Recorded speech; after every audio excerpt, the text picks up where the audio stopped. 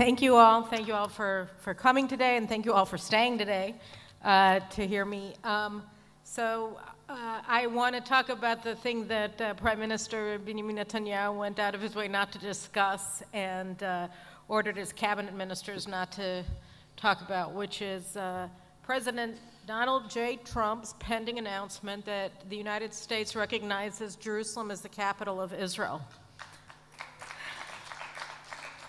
So first thing I want to say is God bless President Trump. Thank you. You're making an announcement. It's true, 70 years late, but it's a long time in coming. And I think it's very important to point out why this announcement is good for the Palestinians, as well as why it's good for Israel, and why is it good for the United States. Because I think that this is really a win-win-win proposition. To start with the Palestinians, in case many of you didn't notice, or any of you didn't notice, the PLO chief, Mahmoud Abbas, reacted to the news that President Trump is about to make this announcement by having a temper tantrum. He announced that he is declaring a 3-day temper tantrum, days of rage of the Palestinians in Judea and Samaria and in Jerusalem,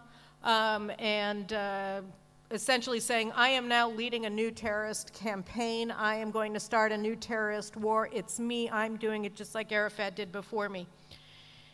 So why then, if this is the way that they responded, is this good for the Palestinians? It's good for the Palestinians because he's doing this because for 50 years, 60 years almost, the PLO has gotten away with his kind of behavior.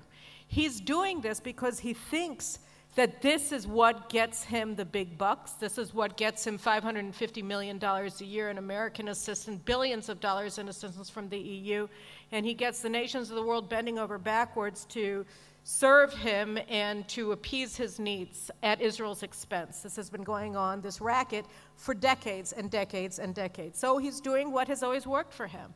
And what we're seeing is that by not bowing to Abbas's extortion, Trump is saying, no, this isn't going to work anymore. It's not going to work for the PLO anymore.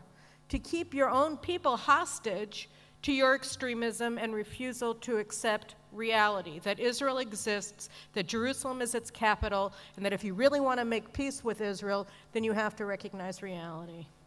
So if this goes on, then he's right. This will be the end of the peace process.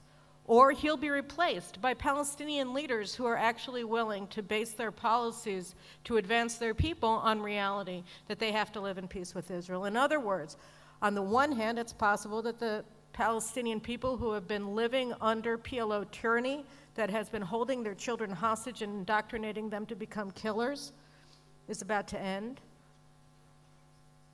Or it's possible that it's about to end, which means that they will be free of tyranny, or it's about to be ending and replaced by a truly moderate Palestinian leadership that's going to be willing to make peace with Israel for the betterment of the Palestinian and Israeli people alike. So either way, the Palestinians win out by this. They're not going to be led by the nose any longer by leaders who think that the way to move forward is by killing people. From Israel's perspective, this is a win because we're not going to be discriminated against by our closest ally anymore. Israel is not going to be the odd man out, the only country in the world that the United States doesn't locate its embassy inside of and doesn't recognize its capital city. This is an extremely, extremely important event for Israel, and it's a reason for us to celebrate. Now, a lot of Israelis say, well, we already know what our capital is. What do we need? What do we care if the Americans recognize it? We're so used to being treated poorly that we figure it's just taken for granted. Of course they're going to discriminate against us. But this is actually a great opportunity for Israel to welcome all of the nations of the world to recognizing our capital city and to recognizing the reality that Israel's not a conditional country. Because at the heart of it, and this brings us to what's good about this for the Americans, at the heart of this move, at the heart of this declaration that's upon us, it's going to happen at 1 o'clock in the afternoon Eastern time, 8 o'clock in the evening Israel time, apparently. what's going to happen is that the most powerful nation in the world is going to begin to base their Middle East policy on reality for the first time, essentially, in 70 years. Washington is going to acknowledge that Jerusalem is the capital of the Jewish state, not Tel Aviv, not Haifa, not Ashdod, not Dimona, that our capital is Jerusalem. And by doing that, they're actually recognizing for the first time, truly in an unconditional way, that Israel is the Jewish state. Because any Jewish state, as the founders of the Zionist movement had to acknowledge, had to say, had to admit, and had to base the movement on, any movement for Jewish national self-determination that doesn't involve Zion, that doesn't place Zion at the center of our aspirations as a nation, is not real. And Justice Minister Ayelet Shaked gave a Chaim Weizmann story to Arthur Balfour that preceded the Balfour Declaration. Well, here's another one. At one point, Chaim Weizmann said to Balfour, he said, "Why do you travel for 2.5 hours to visit your mother when there are so many old ladies that you could visit here in London?" And Lord Balfour looked at him, "Because she's my mother." And he said, "Exactly. Exactly. Exactly. Jerusalem is our mother. It's inconvenient. She lives far away. She's our mother." And that's what this is about, is the United States of America recognizing that Jerusalem is our mother, that Israel is a Jewish state and will forever be a Jewish state. And that's why this is so essential. And this brings us to why this is fantastic for the United States of America.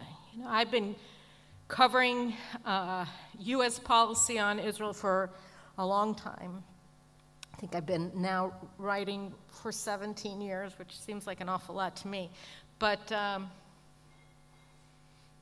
lot of things have gone wrong for the United States in the Middle East in the past generation. And I posit, in fact, I wrote a book about it, but I think that it is very difficult to put together a coherent and successful Middle East policy when your Middle East policy is not based on reality. And when the United States of America pretends for a second that there can be peace without Israeli sovereignty over Jerusalem, they're not basing their policy on reality. So I don't know what the policy is going to be going forward for the United States of America.